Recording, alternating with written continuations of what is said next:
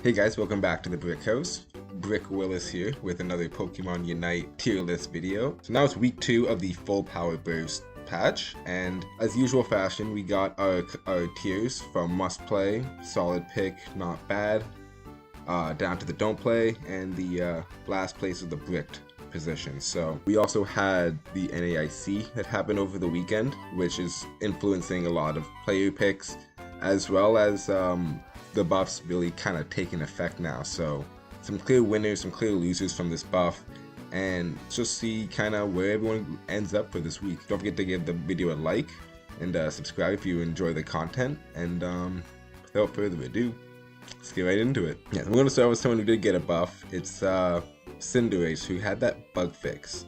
So having that alt animation time reduced on that Power Ball is clearly giving Cinderace so much more usability, and that's before we kind of even couple it with the fact with that just raw HP increase. I believe previously it was like 5,400 was his max, and it went up to 6,000 at after this buff at level 15. So a Pokemon who you've definitely I imagine have been seeing a lot more during your games. I've definitely been doing like those very quick Ray rips as soon as they spawn in. It's actually a very successful 3-stage evolution attacker, and I'm pretty confident putting it just right under Dragapult for our attacker. So next we're gonna have a Pokemon who not so much as a buff from this last patch, but quality of life improvement as they put it, which is Inteleon, which is Snipe Shot. And Inteleon is a Pokemon we also saw many times during the NAIC, and had was on varying success. And it's a Pokemon that really does rely on how well can you hit these snipe shots.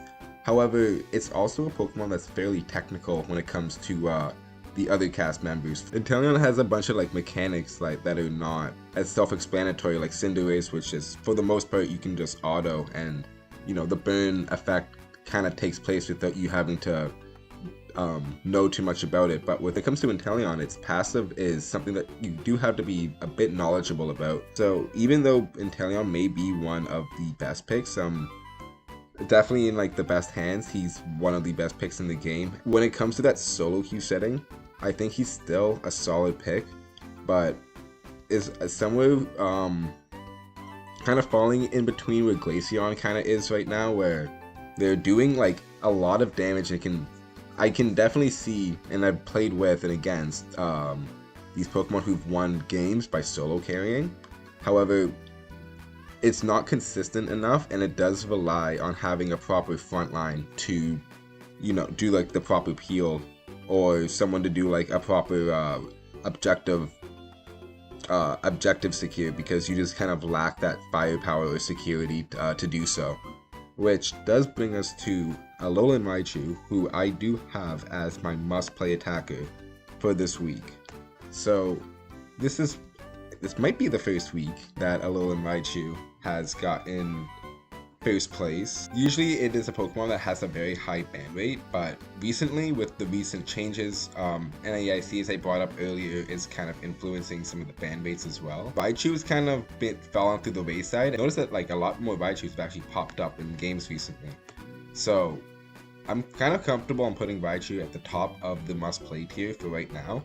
It was a Pokemon I was expecting to be nerfed or adjusted in some ways, but it has gone essentially against 2 patches now without really having many adjustments made to it. So it seems Pokemon Unite kind of likes the position it's in, which I believe is one of the strongest positions an attacker can be in the game, with a very quick evolution and mobility that can really has the mobility that can get around the map to secure objectives and get to team fights in time. It really is just kind of a full package Pokemon that I think is would be a really good pickup for anyone looking for an attacker for the next week to play.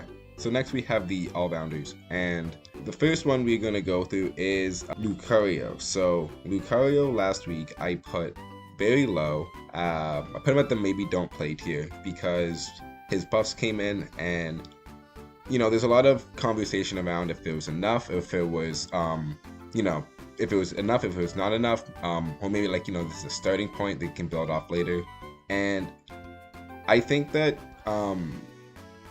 Lucario has kind of proven that he's more of like maybe a solid, like he's not a terrible pick. I've definitely played with a lot of Lucarios who really capitalize on being good during that laning phase, and like that's kind of what Lucario is supposed to be good at, right? He's not like a 3-stage Pokemon who's going to be doing a bunch of damage in that late game. He's really like Azumarill in the sense where you're gonna get that really quick evolution and be able to dominate that lane as soon as you evolve, and these buffs really give him that early game boost, which is something that he really needed. So given that his strong suit is that early game, it's not something that, you know, you can just discount completely like that. Another Pokemon that has a very solid early game is Azumarill, and Azumarill is honestly a Pokemon that I think is becoming a very good like secondary pick if your team just needs like an all-rounder to fill it out. It's not too hard to pick up, and it has very effective damage if you run both Bubble Beam or Aqua Tail. It's probably one of, like, I would say one of the more, like, probably one of the most reliable 2-stage all-rounders in the game. As I said earlier, it has a very good early game that's going to be very oppressive for any, you know, if you're going to be going against an attacker, like a Rowlet for instance, it's going to be a very hard lane to get through. However, Azumarill does have that carry potential into the late game, which I think brings it a whole step above Lucario still, and why it's still, I would say, a much better pick than Lucario, if we had to compare the two. Azumarill is definitely tanky enough to survive a very large team fight. And if you know how to position and hit the strong parts of Aqua Tail, if you're running that set, you're going to essentially just be one-shotting any attacker on the other team, as long as you get those early stacks up, which, again, not too hard to do with this kind of character. So let's leave our all-rounder position to Blaziken again. For how many weeks in a row, I don't know. But I mean, I said it last time, and I'm honestly surprised that Blaziken is still able to not get nerfed. Still has a like 55% win rate week over week, so consistently doing good. And it's probably a Pokemon you ran into a lot at this time, with and against, right? It's not too hard to pick up, and definitely it's after the Cell Bracer nerfs, it has become the de facto stacking Pokemon. Or at least the best all-rounder stacker in the game, so I don't think any question about it. So next we have our speedsters, and one speedster that has been increasingly hard to place has been Zoroark. So I've had Zoroark kind of move all up and down. I believe I had him at the maybe don't play last week, and he is like every other speedster. He is like most speedsters where, yes, you're going to be getting that early game dominance. That's going to kind of teeter off as all the, you know, as all the levels kind of equal out during, and then before that wave fight. However, one thing that does keep Zoroark above the rest of the speedsters is the fact that if you get to that level 15 state, it does the best when you're ahead. So Leafeon's good for like one single burst kind of, right? As soon as you get your Unite move and your Razor Blade out, that's a huge chunk of your engage and of your damage. So it's something that you have to use very sparingly on situations where you either gonna engage and get out, or you're gonna survive if you can hold on to it. Whereas Zoroark is is a purely skill driven Pokemon, one that, as people like to say, relies on a lot of ping, because you're gonna need essentially every single frame to react to. Being said, being said, it is a difficult Pokemon to get the hang of, much more so difficult than a Pokemon like Leafeon or Meowscarada. So with some practice, this Pokemon does become one of the best. So right now, I'm going to be putting it back in the not bad tier, right above Leafeon. It's still just too difficult to recommend to new people to play this Pokemon. Or even if you're looking for a new Pokemon to play, it's still too punishing to play this Pokemon if you're not familiar with it, and it's going to take a lot of time to get good with it. However, if you play a lot of Pokemon in this similar role and running back and forth through going through the small Pokemon through the other team, back and forth like that is a style of gameplay you like, then this is definitely a Pokemon you should be trying out. So I think definitely not in the not bad tier. Maybe don't play tier, but can stay in the not bad tier for now. So another Pokemon which is very similar in the sense of running in and out of the enemy team would be Galarian Rapidash. And despite very minor buffs and nerfs over since its release, it has been fluctuating between a extremely good and terrible Pokemon. It's mostly due to the fact that every Pokemon around it has been good. The faster the speedster right now, the better, because then you're gonna have, it gives them just a lot more impact in that late game. And it also just has the tankiness that the other speedsters don't have. We're gonna put Rapidash back in the solid pick tier, just at the bottom though. It's still a bit difficult to get the hang of, and especially when you compare it to Dodrio and Darkrai, those Pokemon are a lot more reliable when it comes to a Pokemon to round out a team comp.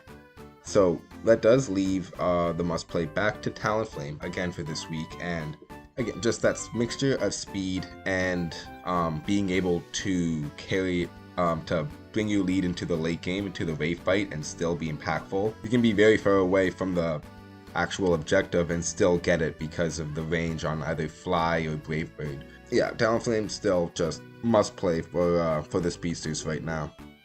So next we have just two defenders.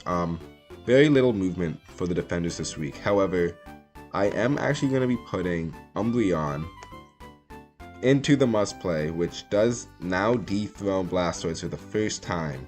I don't know how many weeks. So the reason behind this is, so despite the nerfs that it got to its Foul Play and its Unite move, the raw stats on its defense and special defense that were increased are absolutely insane. Umbreon is still a Pokemon that you really cannot deal with if you're an attacker in the early game, and especially since they got those raw stat increases, I find that you just rarely are going to have enough damage to ever trade with this Pokemon effectively. And one that if you're an attacker, I would just stay away, even in the EV form, just stay away from the Umbreon. Get some hits off, but don't get too close to that thing because it will get the KO. And another big annoyance about Umbreon is the Mean Look set, not essentially the Foul Play set, right? So Mean Look being such an impactful move, and still being one of the bigger reasons why people don't like playing against Umbreon is essentially untouched, and only nerfing Foul Play does leave open the other sets for Umbreon essentially untouched. So if you're not playing Foul Play, essentially Umbreon got buffed in this last patch, and that raw increase just making it so much more of a difficult Pokemon to get through on. Blastoise is still a very solid pick. However, it's now not exactly the tankiest Pokemon you can have all throughout the game. Umbreon does have an advantage over where it doesn't have that awkward male stage evolution where Blastoise you can be stuck as Wartortle for a while if your team's not doing ahead. Umbreon is a fairly quick evolution to get to, and as soon as you evolve, you can keep being aggressive and really just punish that lane. So last we have our supports, and first we will start with Sableye. So we have Sableye, who we're just gonna be putting, I think it's gonna be just back in the maybe don't play tier. He's alright support. Again, he's just hard to pair with your team, so not really recommended to pick Sableye when your team might be looking for a support, because it might be kind of not the support they're exactly looking for at the time. They might be expecting more of like a Psyduck or a Wigglytuff pick. And so that does leave us to the last two supports. We have Blissey and Alcremie. And so first we can talk about Alcremie, and Alcremie did come out earlier this week. It is a very decent support. It hasn't been like changing the meta as a lot of people may have anticipated when it was first announced. However, it is still decent enough to, give that attacker the survivability, or even, run damage and still get KOs running Decorate. So for now, I think we're gonna put Alcremie at the top of the not bad tier. I think it's still more of a suitable support to run than the more gimmicky focused supports. However, it still does, I believe, have more damage and shielding potential than Eldegoss. So I think that it's definitely in that position where it's like a kind of a better Eldegoss, but maybe it could use a little bit more, but maybe it could have a little bit more of a presence, sort of like Blissey, who is going to be getting the must play again for this week. Blissey's presence is just so impactful in the game, and there's just so many Pokemon it shuts down with Safeguard. It's just incredibly hard to ignore a Blissey when it's in the game, and the survivability of Blissey is also a bit more, I believe, than Alcremie, which is very noticeable, especially when you're just trying to get the one speedster on the other team down, and it just keeps on surviving with all the shields and healing. So who else to thank but Blissey for that, right? So yeah, that's gonna be this week's tier list for the full power burst. Couple Pokemon moved up again, mostly up in the higher positions. There's some movement.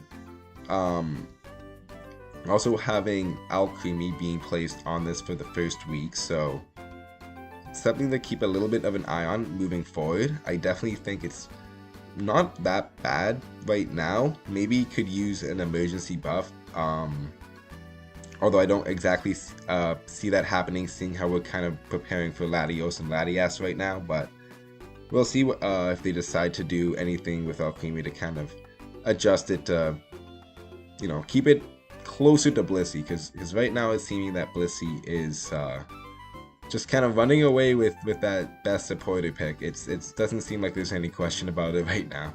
So that's been this list. Let me know in the comments anything you disagree with, anything you agree with. We got Slowbro still on the bottom for anyone also looking at that. He's still not beating those allegations. I know there's some Pokemon that, it does seem like they might be a little bit low right now. However, one big aspect I believe I put into this is just how do they work in a solo queue environment. Over the weekend with the tournament, there's some Pokemon that performed extremely well that I have kind of in the middle of the road right now. I still just keep at the middle. I still just kind of kept at middle of the road, and it's just because there's synergy with, for the people that you don't have perfect communication with. It's just not as easy to pull off as what you witnessed on the weekend. So that's just kind of to explain why Zoroark, for instance, as I keep bringing up, is still in the not bad pick, despite being one of the most impactful Pokemon of the weekend. Anyways, that's going to be enough rambling for me for today. I've been Brik Willis, and we'll be back next time with a Pokemon Unite quiz. Until then, keep being nasty, guys. Yippee-ki-yay, mother boo.